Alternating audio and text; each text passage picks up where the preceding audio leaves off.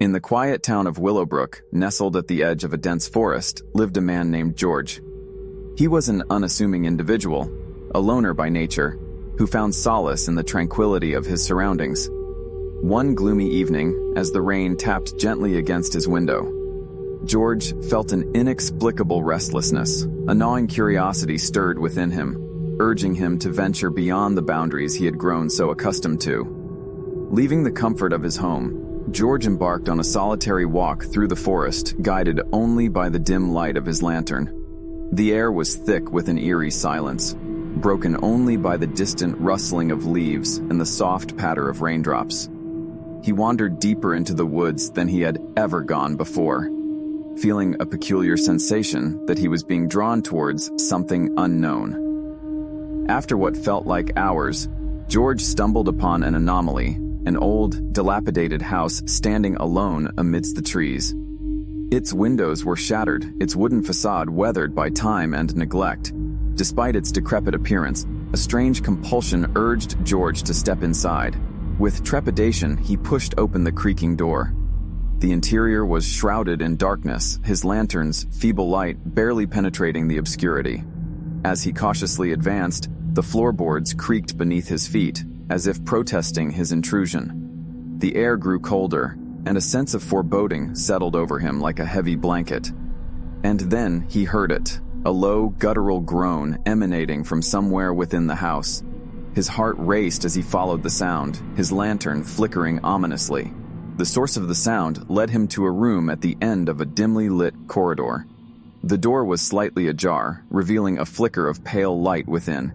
George pushed the door open, and his lantern's glow fell upon a gruesome sight. In the center of the room sat a man slumped against a chair, his head gruesomely impaled by an axe. The blade protruded from his skull, and his lifeless eyes stared into nothingness.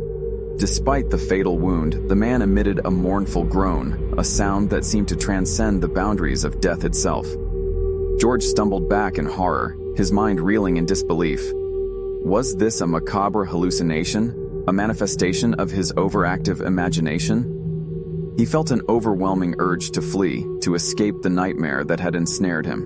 But as he turned to leave, an unnatural force seemed to grip him, holding him in place. The groaning man's gaze locked onto George, and his bloodshot eyes bore into his very soul. A voice echoed in George's mind, a whisper that seemed to come from the abyss. "You have entered a realm between life and death," the voice intoned, sending shivers down George's spine. "You are a trespasser, and you must bear witness to my agony." Terror and fascination warred within George as he stood there, unable to tear his eyes away from the tragic figure before him. The groans intensified, reverberating through the room like a haunting symphony. As George stared, the man's voice transformed into a mournful melody, each groan and rasp forming an otherworldly composition that seeped into his very being. Hours, or perhaps an eternity, passed, time losing all meaning as George remained entranced by the spectral performance. And then, with a sudden jolt, the groaning ceased.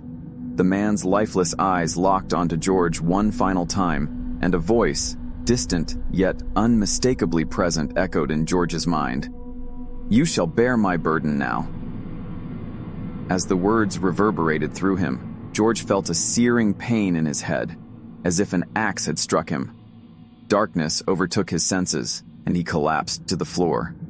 When George awoke, he found himself back in his own world, lying on the forest floor. His lantern had burnt out, and the rain had subsided. Confusion and relief flooded through him as he realized he had returned from whatever nightmarish realm he had entered. Yet, as he struggled to his feet, he felt an excruciating weight in his head, a pain that mirrored the man's axe-induced agony. Trembling, George reached up and touched his forehead, and his fingers brushed against something cold and metallic.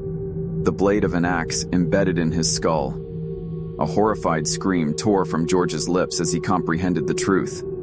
He had not escaped the groaning man's torment. He had become the vessel for it.